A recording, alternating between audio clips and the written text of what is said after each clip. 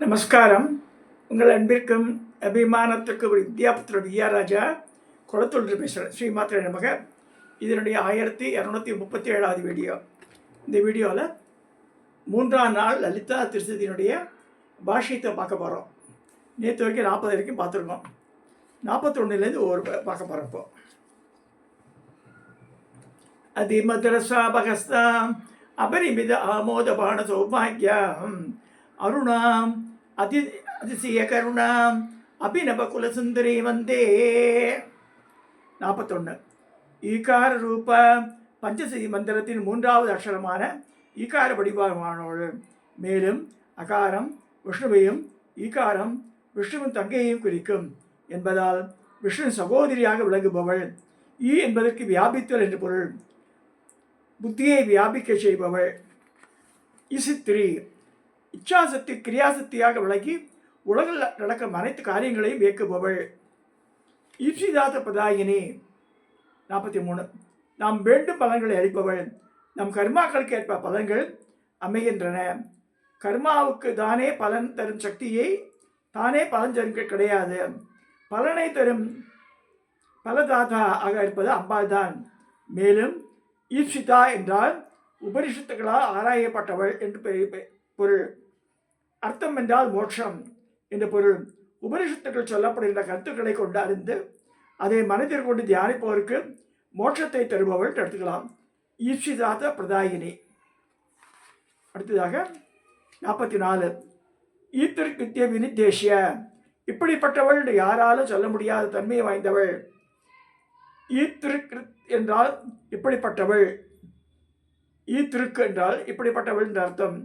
தேவியை இந்திரியங்களால் அறிந்து கொள்ள முடியாது. உபனிஷத்துக்களும் எதை பார்க்க முடியாதோ எதை பற்றி சிந்திக்க முடியாதோ என்று சொல்கின்றனவோ ஒழிய இப்படிப்பட்டது என்று பரபிரம்மத்தை பற்றி சொல்லவில்லை. பிரம்மமும் அம்பாளும் வேறில்லை என்பதால் அம்பாளை வண்ணம் ஆனவள் என்று சொல்ல முடியாது. இன்ன உரு இன்ன நிறம் என்ற அறிதே அரிது என்கிறார் திருஞான சம்பந்தர். மாராகி நீள் கபாலி மாரடி மாமாகி ஆகி தேவி ஆமலை வாச மாகோசர பர திருப்புகளை சொல்கிறார். அது 45வது ஈஸ்வரத்த விதாயினி. ஈஸ்வரன் என்னும் பாவத்தையும் தன்மையும் அளிப்பவள். ஈஸ்வரத்துவம் என்பது உலகாளும் அதிகாரம். இந்த அதிகாரத்தை தருபவள் அம்பாள். உலகில் கல்வி செல்வம் வீரம் இவற்றை முதன்மையாக ஒப்பில்லாது விளங்குவதற்கு ஈஸ்வரத்துவம் என்று பெயர். கர்மமனைக்கு ஏற்ப இத்தகைய சக்தியையும் அம்பாளை தருகிறாள். ஈசானாதி பிரம்மமி. ஈசானம் முதல பிரம்மா வரை உள்ள பஞ்சபிரம்மஸ்வரூபிணி. பிரம்மா விஷ்ணு ருத்ரன் ஈஸ்வரன் சதாசிவன் என்று 5 பிரம்மாக்களுக்கும் அந்தர்யாமியாக இருந்து அவர்கள் தத்த தொழில் செய்ய சக்தி தருபவள். 47 ஈஷித்வாதிஷ்ட சித்திதா. ஈஷித்வம் முதலிய அஷ்டமகா சித்திகள் அளிப்பவள். அனிமா மகிமா லகிமா கரிமா பிராப்தி ஈசிதா பிராகாமியம் வசித்துவம் என்னும் 8 சித்துக்களே அம்பாள் அளிக்கிறாள். சித்தி தரும் தெய்வமாகி திகழும் பராசக்தி என்று அபிராமிப்பட்ட சொல்றார். 48 ஈஷித்ரி. எதிலும் கலந்து கொள்ளாமல் பிரபஞ்ச லீலையாக சாட்சியாக மாத்திரம் பார்த்து கொண்டிருப்பவள். உலகத்தை அனைத்தையும் அத்தனை ஜீவராசிகளையும் படைத்து அவற்றுக்கெல்லாம் ஆதாரமாக இருந்த போதிலும் அவற்றின் மேல் பற்றற்று வெறுமே பார்த்து கொண்டிருப்பவள் அம்பாள். 49 ஈஸ்வர சிஷ்டாண்ட கோடி. விரும்பிய மாத்திரத்திலேயே அனைத்து கோடி பிரம்மாண்டங்களையும் சிருஷ்டி பண்ணுபவள் அம்பாளை ஸ்ரீ லலிதா சஹஸ்ரநாமம் சொல்லும்போது அநேக கோடி பிரம்மாண்ட ஜனனி என்கிறது.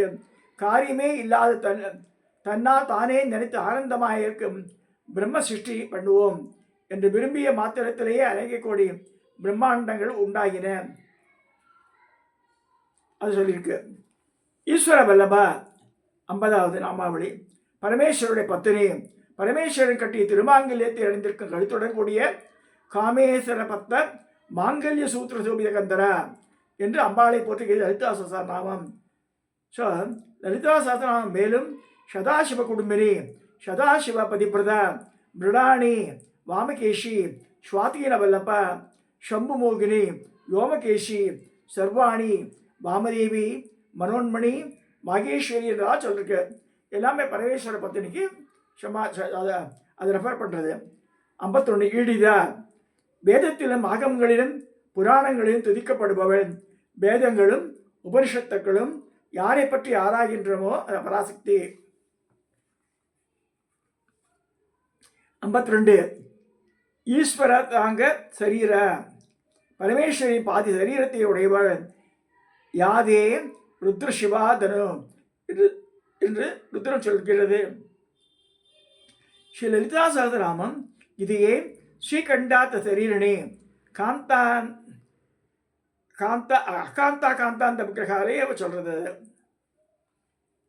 அடுத்தது 53 ஈஷாதி தேவதா ஈஸ்வரனுக்கே அதிதேவதையாக விளங்கும் பராசக்தி. பரமசிவானாலேயே பூஜிக்கப்படுபவள். தயானோ மிருட ஜீவச என்று சொல்கிறது ஸ்ரீருத்ரம். நயனங்கள் 3 நாதனும் வேதனும் நாரணனும் அயனும் பரமும் அபிராமவல்லி அடியனே அபிராம பற்ற சொல்றார். 54 ஈஸ்வர பிரேரணகரி ஈஸ்வரையும் பணியில் ஈடுபடுத்துபவள். ஜெகத்சுதே தாதா என்று சௌந்தரலகரி சோகத்தில் இந்த விஷயம் சொல்லப்பட்டிருக்கிறது. லேசாக அம்பாள் தன் புருவத்தை அசைத்தால் போதும் அதை பார்த்ததும் சதாசிவன் பிரம்மாவை சிருஷ்டி செய்யவும் விஷ்ணுவை பரிபாலனம் செய்யவும் ருத்ரனை சம்ஹாரம் செய்யவும் ஈஸ்வரனை இவை அத்தனையும் மறைக்கும்படி செய்ய வைக்கிறார். ஈஸ்வராதிகளை சிருஷ்டி முதல காரியங்களில் ஈடுபடுத்த உத்தரவு தருபவளே அம்பாள் தான். 55 ஈச தாண்டவ சாட்சினி பிரளய காலத்திலும் ஈஸ்வரன் ஆடும் தாண்டவத்துக்கு ஒரே சாட்சியாக இருப்பவள் அம்பாள். லலிதா சகஸ்ரநாம விதியே மகேஸ்வர மகா தாண்டவ சாட்சினி மகா பிரளய சாட்சினி என்றும் சொல்கிறது. சிருஷ்டி சுதி சம்ஹாரம் திரோதானம் அனுகிரகம் இவை 5 சேர்ந்தே பரமேஸ்வரனுடைய தாண்டவம். பஞ்சகிருத்திய பராயண என்று லலிதா சகஸ்ரநாம சொன்னபடி அம்பாள் இந்த பஞ்சகிருத்தியங்களுக்கும் சாட்சியாக இருக்கிறார்.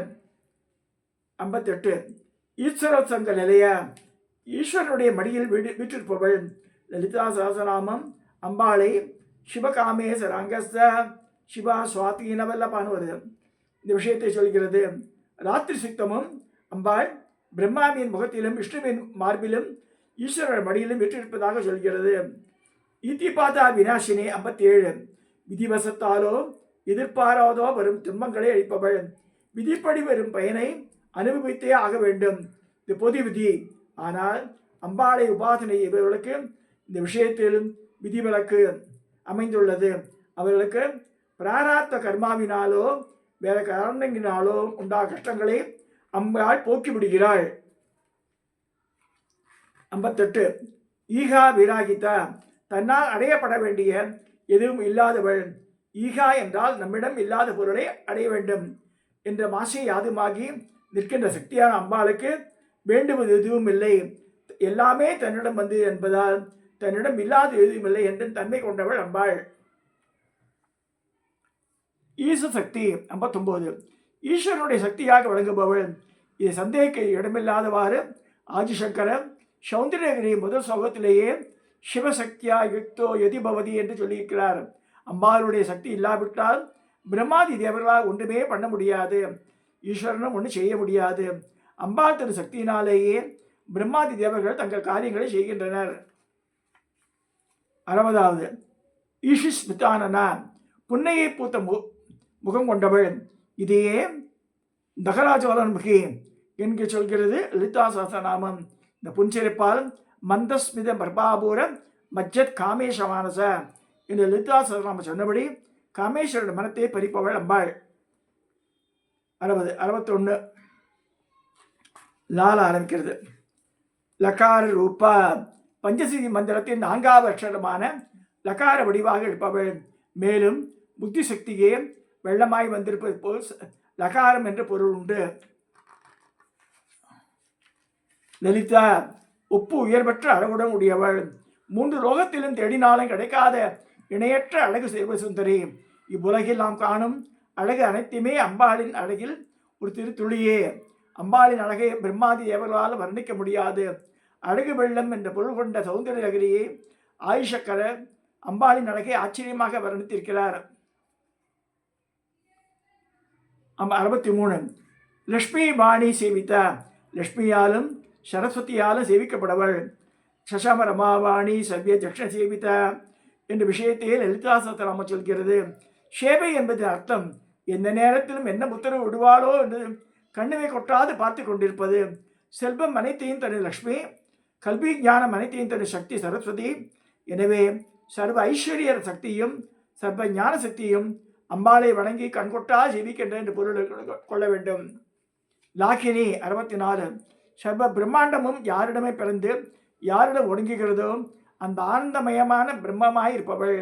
இது தவிர மணிப்பூர சக்கரத்தில் டாமரி முதலிய 10 தேவிகளால் சூழப்பட்டு சிவந்த நிறமுடையவளாக வெள்ளம் கலந்த அன்னத்தில் பிரியமுடையவளாக சமஸ்த பக்தர்களுக்கும் சுகம் தருவளாக விளங்கும் தேவியான லாகினி வடிவானவள்.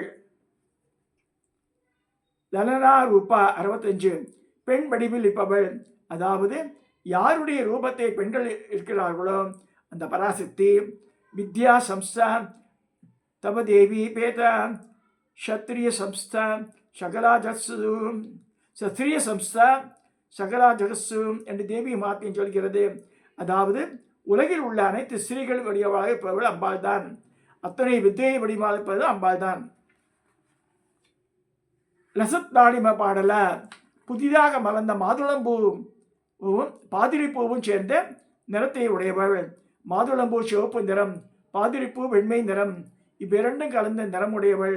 வெண்மை சத்த குணத்தையும் சிவப்பு ரஜோகுணத்தையும் குறிக்கும். உலக சிருஷ்டி பண்ண வேண்டிய ரஜோகுணத்தை அம்பாள் ஏற்றுக்கொள்கிறாள். எப்படி சத்துவகுணம் கூடியிருப்பவள் என்பதனாலும் காரியம் பண்ணியிருப்பதால் ரஜோகுணம் கொண்டவள் போல் இருக்கிறாள். குணாதீதா என்று லலிதா சஹஸ்ரநாமம் சொல்கிறது. குணங்கள் அற்றவள் அம்பாள் என்பதே உண்மை. மேற்படி சத்த ரஜோகுணங்கள் உள்ளவள் போல் காணப்படுகிறாள் ஒழிய குணங்கள் எதுவும் இல்லாதவள் சொல்லப்படுறது. 67. லலந்திகா லசத்பாலா. லலந்திகா என்னும் ஆபரணத்தை நெற்றி சுற்றியில் அறிந்தவள்.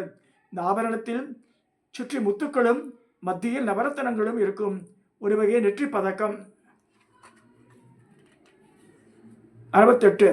லலாட நயனார்ஷிதா.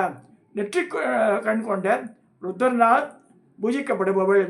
கமலாலயனும் மதியீரை வேண்டிய மகிழ்வனும் மாலும் வணங்கி என்றும் துதியர் சேவடியில் கொண்டவள் அம்பாள். யோகிகளின் ஞான கண்ணும் நெற்றியில் இருப்பதால் யோகிகளால் பூஜிக்கப்படுபவள் என்று சொல்லலாம். ஆக்ஞா சக்கரம் என்று நெற்றியில் இரு புருவங்களுக்கு மத்தியில் உள்ளது. யோகிகள் இந்த சக்கரத்தில் அம்பாளை உபாசிக்கிறார்கள். 68. லட்சணோட்சல திவ்யாங்கி. எல்லா லட்சணங்களும் பூர்ணமாய் விளங்கும் அழகான அங்கங்களை உடையவள். மகா லாவண்ய சேவதிகி என்று லலிதா சஹஸ்ரநாமம் சொல்கிறது. சாமுத்திரியா லட்சணத்தை சொல்லியபடி அத்தனை திவ்ய லட்சணங்களும் கொண்டவள் அம்பாள். 70. லட்ச கோட்டி நாயிகா. லட்ச கோடி அண்டங்களுக்கு நாயகி. அதாவது எண்ணற்ற பிரம்மாண்டங்களுக்கு நாயகி. அத்தனை அண்டங்களும் உலகங்களும் எஜமானி ராஜராஜேஸ்வரி. லட்சியார்த்தா 71. வேதாந்தத்தில் சொல்லியிருக்கிறபடி மகா வாக்கியங்களின் மூலம் அறியப்படும் மூலப்பொருளாயிருப்பவள். அகம் பிரம்மாஸ்மி முதலிய 4 மகா வாக்கியங்களை நன்கு விசாரித்து அவை தெரிவிக்கும் அத்வைத கருத்துக்களை ஸ்ரீகுருவுடன் யாசித்து பெறுதல் வேண்டும். எத்தனை தான் ஞான பயின்றாலும் கடைசியில் ஸ்ரீகுருவின் அனுகிரகம் இல்லாது அத்வைத ஞானம் சித்திக்காது. இப்படி வேதாந்த விஷயங்களை நன்றாக ஆராய்ந்து உள்ளே உணர்ந்து அது அனுபவம் ஆவதற்கு ஸ்ரீகுருவின் சரணங்களை அடிபணிந்து அவர் அனுகிரகத்துடன் பெறும் ஞானத்தினால் ஏற்படும் பிறப்பரமே அம்பாள். லக்ஷணா கம்யா 72.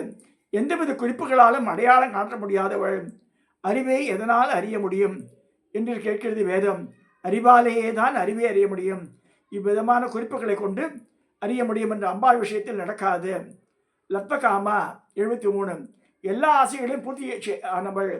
இனி ஆசை என்பதே இருக்க முடியாது என்னும்படியாக இவ்வுலக பொருட்கள் அனுபவங்கள் எல்லாவற்றிலும் ஏற்கனவே பெற்றுவிட்டவள். நிஷ்காமா என்று லலிதா சஹஸ்ரநாமம் சொல்கிறது. லதாதனு கொடியை போன்று அழகும் மென்மையும் உடையவள். கல்பலத்தை என்ற கற்பக விருஷத்தின் கொடி. கற்பக விருஷம் நாம் வேண்டியவற்றை தரும். அந்த கற்பக கொடியாக அம்பாள் நாம் வேண்டுவற்றை தருகிறாள். மயிலாப்பூர் அம்பாள் பேர கற்பக அம்பாள்.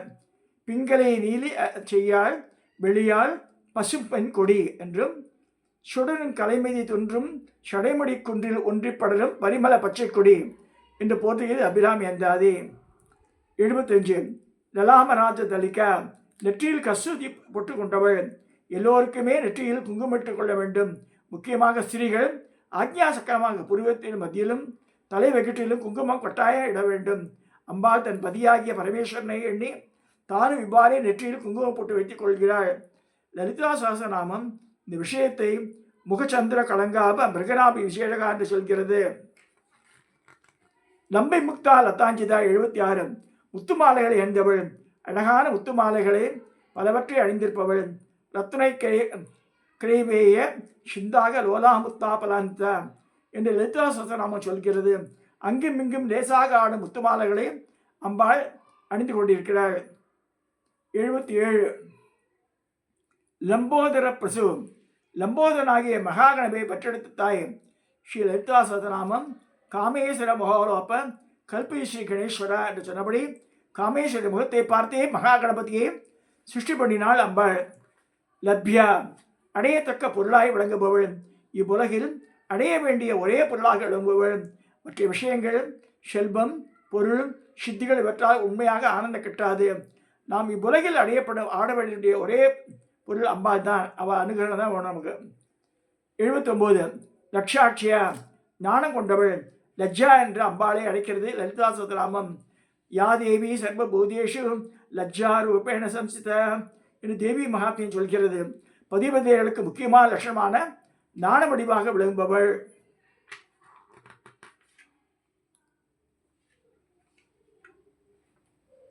80 லயவர்ஜிதா அழிவற்றவள். லலிதா சகஸ்ரநாமம் நிர்நாசா என்று அழைக்கிறது. அம்பாளை அந்த சண்டா சரங்களை படைத்து காத்து பின் அழிக்கின்ற பராசக்தி அம்பாள். லலிதா சகஸ்ரநாமம் நிரந்தரா என்று அழைத்தபடி என்றுமே சாஸ்வதமாக இருக்கும் ஏகப்பரம்பொருள் அவளேதான் என்பது நம்ம அவளுடைய பார்த்துருக்கோம். இதோட இன்றைய பதிவை நிறைவு செய்கிறேன். தயவுசெய்து காது கொடுத்து கேளுங்க. படிக்கிறதுன்னு வேற, பஞ்சசதி மந்திர உபதேசம் ஆன பிறகு தான் லலிதா திசதி கற்றுக்கணுன்ற ரூல் அதை கொஞ்சம் செவிப்படுங்க. ஏன்னா பஞ்சதசி கையே லகரியும் சகலகரியும் சகலகரியும் ஒரு எழுத்துக்கு 20 நாமாவுடைய 15 × 20 300 அதெல்லாம் சொல்லப்படுறது. இதோட இந்த பதிவை நிறைவு செய்கிறேன். Please subscribe, share and like it.